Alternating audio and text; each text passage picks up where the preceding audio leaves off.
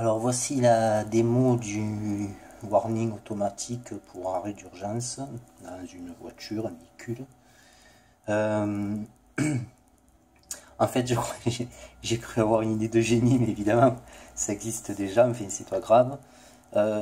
L'idée c'est que, par exemple sur l'autoroute, quand il y a un freinage assez brusque, on allume nos warnings.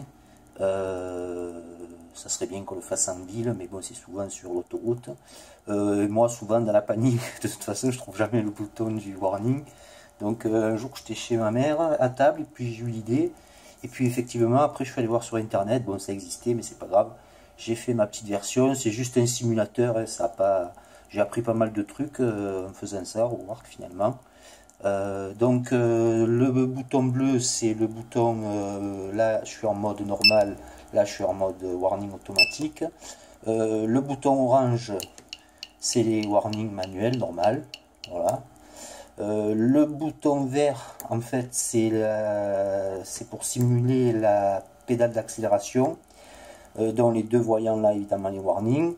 Les trois voyants rouges, en fait, c'est feu stop gauche, feu stop droit et feu stop central en haut de la lunette. Et là, j'ai mis un capteur de pression pour la pédale de frein. En fait, il faudrait encore un asservissement, ça serait celui de la vitesse. Parce que, par exemple, on est arrêté à un feu rouge, on a le pied sur la pédale de frein. Si on appuie un peu fort, c'est peut-être pas utile que les warnings clignotent. Encore que, moi une fois je me suis planté comme ça. Là j'ai fait un truc en fait, bon là on est en mode normal. Si on met un coup de frein, brusque ou pas brusque, en fait on a le stop qui est le stop central sur la lunette de la voiture en haut qui clignote. Donc voilà, je trouve. Je pense que je sais pas, ça doit exister certainement. Bon, moi j'ai une bagnole, elle a 20 ans, donc forcément, il n'y a pas ce genre de truc. Euh, donc voilà, en mode manuel ou mode warning automatique, cette fonction, elle y est toujours. Voilà. Donc même là, si je fais, voilà, j'appuie fortement, c'est pareil, voilà, le stop central clignote. Donc maintenant, on se met en mode automatique. Voilà, les bleus s'allument. On peut, alors le mode manuel à priorité, tout le temps sur le mode automatique, l'accélérateur. Donc là je freine normalement, voilà. Et là je mets un coup de frein un peu sec, voilà, ça clignote.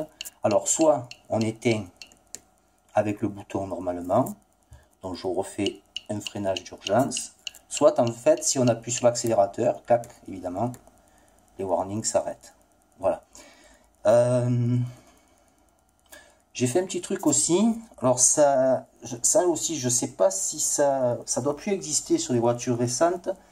Je sais que quand on avait par exemple une clignotant qui était défectueuse, c'est-à-dire une ampoule grillée, la fréquence d'oscillation des clignotants était plus rapide. Bon, maintenant j'imagine que c'est tout marqué sur le tableau de bord, bien sûr. Certainement, je ne sais rien. J'ai jamais fait gaffe en fait. Moi j'ai quand même essayé de reproduire quand même ce truc là, c'est-à-dire que si un des deux warnings et un des deux feux, dont j'ai représenté que les warnings arrière en fait, donc si un des deux feux est grillé, c'est-à-dire circuit ouvert, en fait la fréquence d'oscillation augmente. Donc par exemple je vais faire l'essai, clac, j'enlève, je simule lui grillé, et là voilà, ça bat plus vite. Voilà, je le remets, hop, et on revient.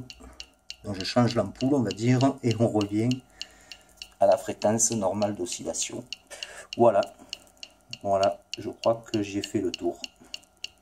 Bon, fini de s'amuser, maintenant, il faut aller au boulot.